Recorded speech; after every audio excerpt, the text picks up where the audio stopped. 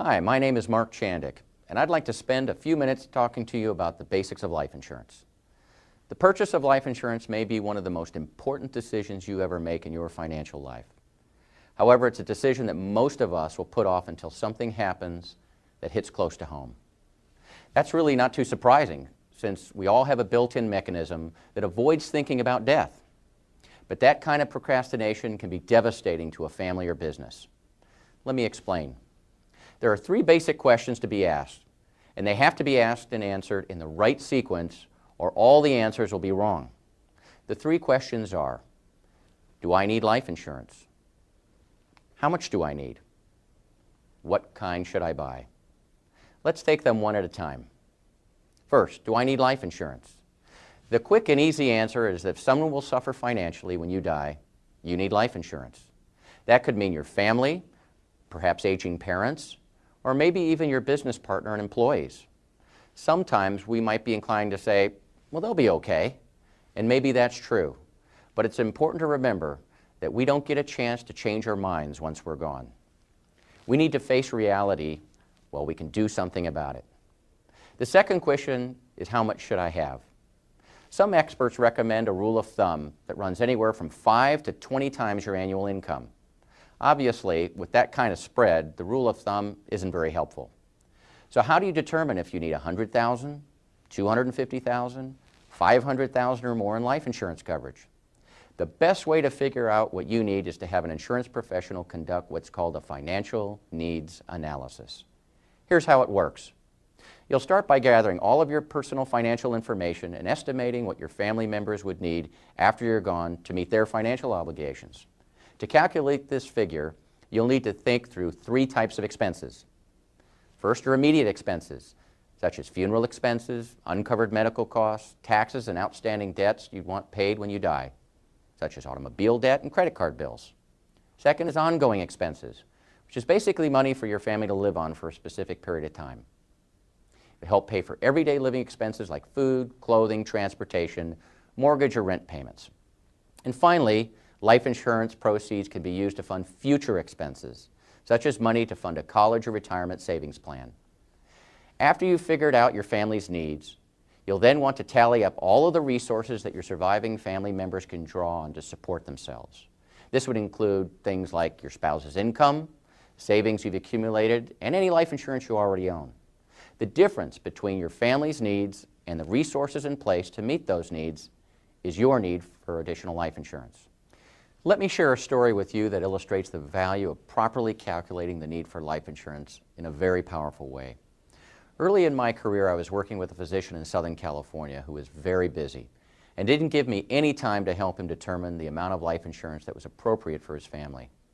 Rather, he asked me to simply sell him a $500,000 policy. I complied with his request, only to read several months later that he had been killed by a hit-and-run driver while changing the tire on the side of the freeway. I took great pride in being able to deliver the much-needed cash to the family, only to be shocked to learn that the doctor had 9 children, 3 of whom were in college at the time. I distinctly remember sitting in a room with his wife and all of his children when they collectively asked me, "Is this all there is?" I felt badly that I hadn't found some way to break through to the man and convince him to approach the process the proper way. I vowed never again to shortcut the process and to always calculate the real need for life insurance. I never have shortcut the process since, and you shouldn't either. There are no do-overs with life insurance. There's nothing more important than buying the right amount of coverage, and you need to get it right the first time.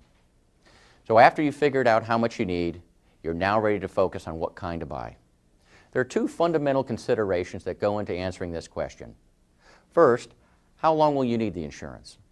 And second, how much money do you have in your budget for this expense? The how long you need it question will help you decide if you want term insurance or permanent insurance.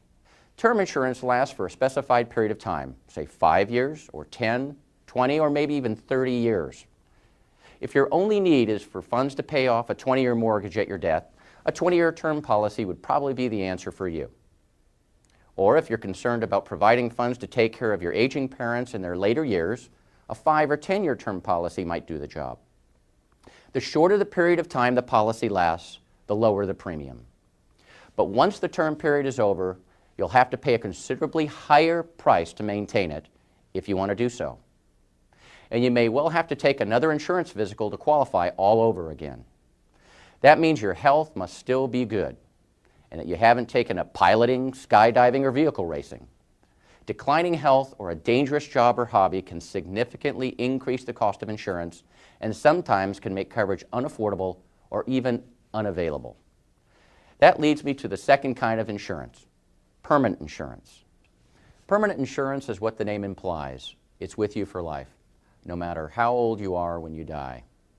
The premiums are projected to remain level over your lifetime, and in some cases can be designed to stop at retirement while your coverage remains in force for life. Permanent policies build a cash surrender value that is available if needed in the event of emergencies, opportunities, or college for the kids. Of course, these benefits come with a price.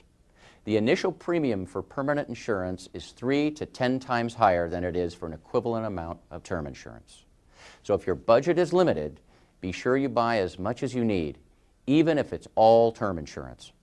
But if you have some room in your budget, it usually makes sense to include some permanent insurance in your program. And as time goes on, it will probably make sense to convert some of your term insurance to permanent insurance. You know, one of the biggest mistakes I see my clients make is underestimating how long they'll need life insurance. This was painfully true immediately for many after the dot-com bubble burst in 2000. All of a sudden, you had people who experienced a significant loss in their retirement assets, and they were no longer able to retire on time. Life insurance fills the financial gap that exists between your financial needs and your financial realities. The fact that people had to work additional years necessitated owning life insurance for a longer period of time, and many were caught unprepared. By owning both types of life insurance, term and permanent, you're better prepared for the unexpected things that happen in life. Let's face it, our financial lives never go as smoothly as the financial press would have us believe. So far, we've looked at life insurance from the context of your personal needs. However, life insurance is a tool that is also utilized by almost every small business in America.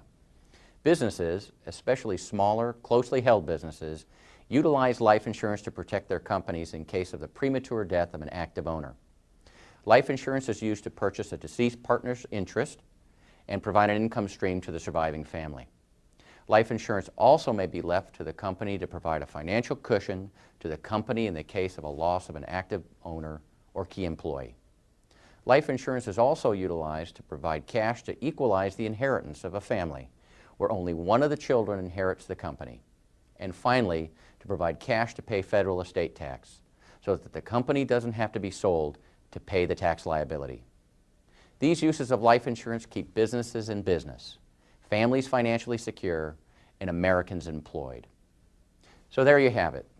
A properly designed life insurance program is as essential to a sound financial plan as a strong foundation is to a home. Do it right, and the future is secure.